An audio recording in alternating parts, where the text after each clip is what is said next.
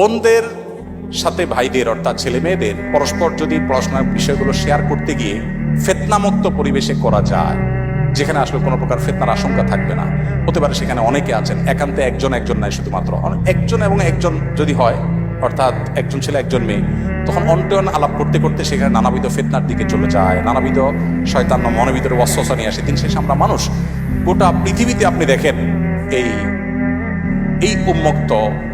উন্মুক্ততা এবং পর্দাহীনতার যে কালচার, এই কালচারকে যারা ডেভেলপ করেছে তাদের কোথাও মেয়েরা সেফ নেই, নিরাপদ নাই। আপনি এখানে যতই বলেন যে ভাই সবাই ভালো হয়ে গেলে হয়, মনটাকে ভালো করলেই তো হয়, এই মুখরোচক অনেক স্লোগান আপনারা শুনতে পাবেন। এর চাইতে ভুয়া কথা, বোগাস কথা আরেকটা আপনি পাবেন। কিসের মন ভালো করা? মন ভালো করলে যদি ঠিক হয়ে যায়, তা আমার প্রশ্ন হলো, আপনি ব্যাংক থেকে টাকা তুলে কেন ব্যাগে লুকায় লুকায় নেন? আমাদের চোর ভাইরা সবাই মন ভালো করলেই তো হয়ে যায়, সেখানে ওয়াজ কেন করেন?